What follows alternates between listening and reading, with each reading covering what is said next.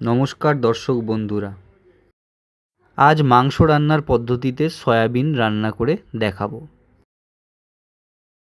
এখানে আমরা বড় বড় করে আলু কেটে সেদ্ধ করে নিয়েছি। দুটো বড় মাপের কোচানো পেঁয়াজ, কিছু রসুন চেরা এবং কাঁচা লঙ্কা কুচি, পরিমাণ মতো সয়াবিন সেদ্ধ করে নেওয়া। এবার কড়াইয়ের মধ্যে সেদ্ধ করা সয়াবিনগুলো নিয়ে নিতে হবে।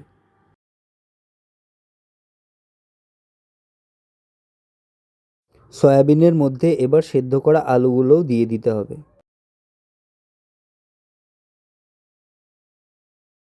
আলু দেওয়ার পর কোচানো পেঁয়াজ দিয়ে দিতে হবে। কোচানো পেঁয়াজ দেওয়ার পর রসুন কুচি ও লঙ্কা কুচিও দিয়ে দিতে হবে।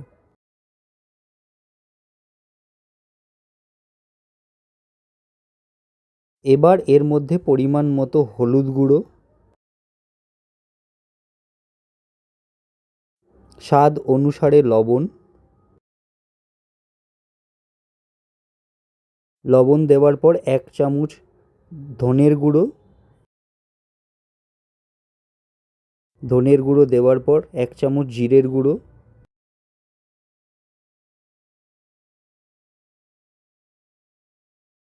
1 চামচ লঙ্কা গুঁড়ো,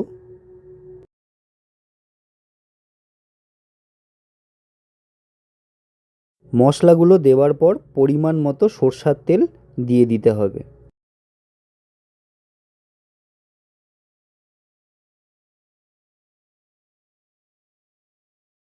এবার সব জিনিসগুলোকে একসাথে ভালো করে মেখে নিতে হবে।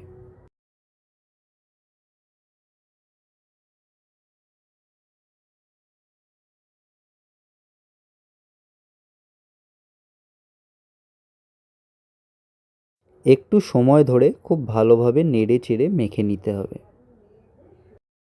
যেমন করে আমরা মাংস মেখে থাকি।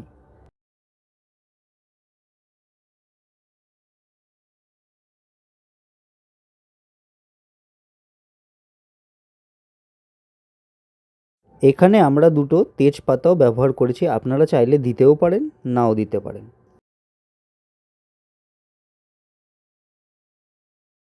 সবগুলো ভালোভাবে মাখানো হয়ে গেলে গ্যাস ওভেনে এবার বসিয়ে দিতে হবে।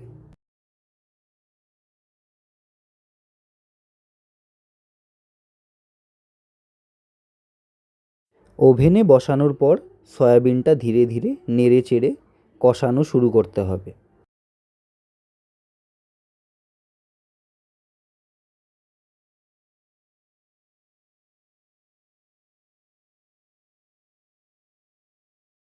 একটু সময় ধরে মাংসের মতো করেই এটাকে কষিয়ে নিতে হবে।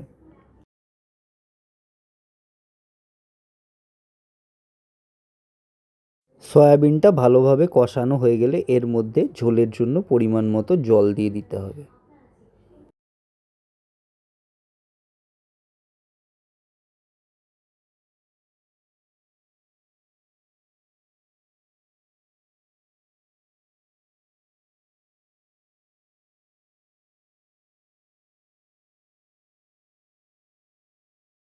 এবার কিছুটা সময় ধরে ভালোভাবে ঝোলটাকে ফুটতে দিতে হবে।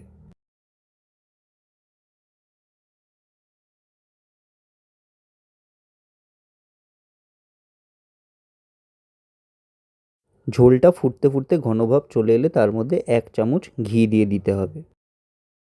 আপনারা চাইলে এর মধ্যে গরম মশলার গুঁড়োও ব্যবহার করতে পারেন, কিন্তু আমরা এখানে ব্যবহার করিনি। ঘি দেবার পর ভালোভাবে নাড়াচাড়া করে এবার তরকারিটাকে নামিয়ে নিতে হবে। আপনারা এভাবে অবশ্যই একবার রান্না করে খেয়ে দেখবেন। সকলে সাবধানে থাকবেন, সুস্থ থাকবেন এবং আমাদের পাশে থাকবেন।